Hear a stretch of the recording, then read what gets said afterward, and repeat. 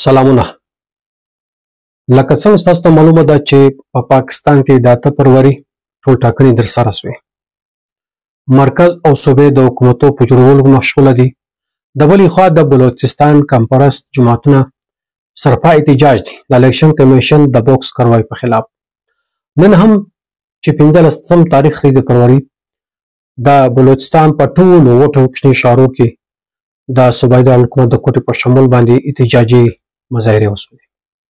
په کوټه کې لوی احتجاجي مظاهره دوه مظاهرې وشولې چې په هغه کې څلور جماعتي اتحاد لکه پښتونخوا ملي عوامي پارټي، بلوچستان نېشنل پارټي او بیا نېشنل پارټي ډاکټر مالک بلوچ والا او هزاره ډیموکریټک موومېنټ د احتجاجي ریلی وکړه.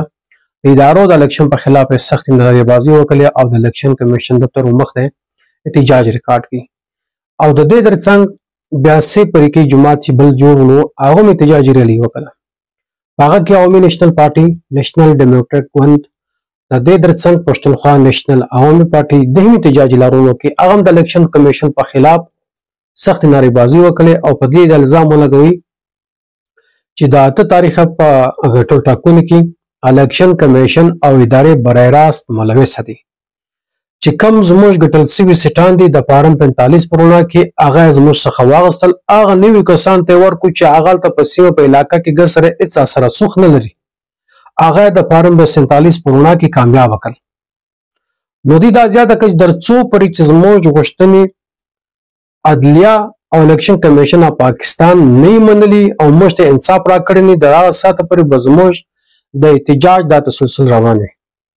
دا رنګ ما مخکې وویل چې د بلوچستان په ټولو کوچني غټو ښارو کې دا مظاهرې وشولې. په هغه کې چمن، پشین، کوټه، کلاب الله، ژوب، لولایي، هرنایي، خوزدار، مستونګ، پنجګور، تربت دا ټولو کې وشولې. سوال دا پیدا کېږي چې د بده مرغه الیکشن کمیشن تر اوسه پورې د نوټس نه دی اخیستی او صرف دا اندازې پرې نوټس اخیستی د راجا سلطان چې د الیکشن کمیشن چیرمن دی. هغه ویلي دي که څوک د داندلي ثبوت لري موږ به دې راوړو، موږ به کاروایي پر وکړو.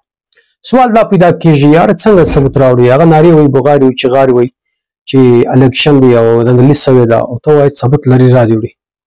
دا څه خبرې دي؟ د دې څه د حالات او ډېر خرابېدو خوا له ځي او په کار دا ده چې په دې کې عدلیه تېرول د بلوچستان هایکورټ په درې رکني ججانو باندې مشتمل بینچ جوړ کړي، تشکیل کړي چې هغه به دا کاروایي کوي، ګوري به چې څوک شکایت لري.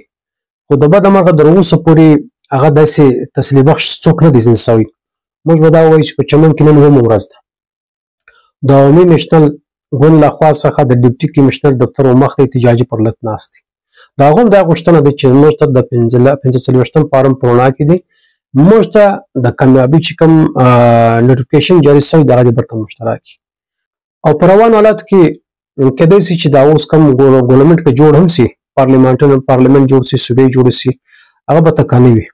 ځکه چې مولانا فضل الله احمد صاحب هم پرون دا پریس کانفرنس وکړي، هغه ویل چې موږ په اپوزیشن کې کښېنو. دا رنګه د پښتونخوا ملي عوامي پارټي مشر محمود خان اسکزی، سراخ تولا جان منګل، داسې ډاکټر مالک بلوچ، دا ټول سره په احتجاج دي. دا رنګ بیا ولاړ سه آفتاب شیرپا ولاړ سه، محسن داول ولاړ سه، دغه ټول ایمن ولي ولاړ سه، دا ټول د پارلیمنت څخه د بندي کړل. نو دا به کېدای شي دا به ډېر سخت ریاکشن وکړي او حکومت به کوم جوړولو ته پرېنږدي نه او کار ته به پرېنږدي نه. د دې سبا په ملک کې چې د کومې ستونزې چې دي هغه به نور هم زیاتې سي او بیا کېدای شي چې ادارې د دې خلاف یو سخت قدم نور هم واخلي. نو په کار دا ده چې عدلیه د دې دپاره د وخت مخکې یو د ښایسته طریقه جوړه کړي چې کم څوک وي هغه ته انصاف ورکړي او دا مسله حل کړي.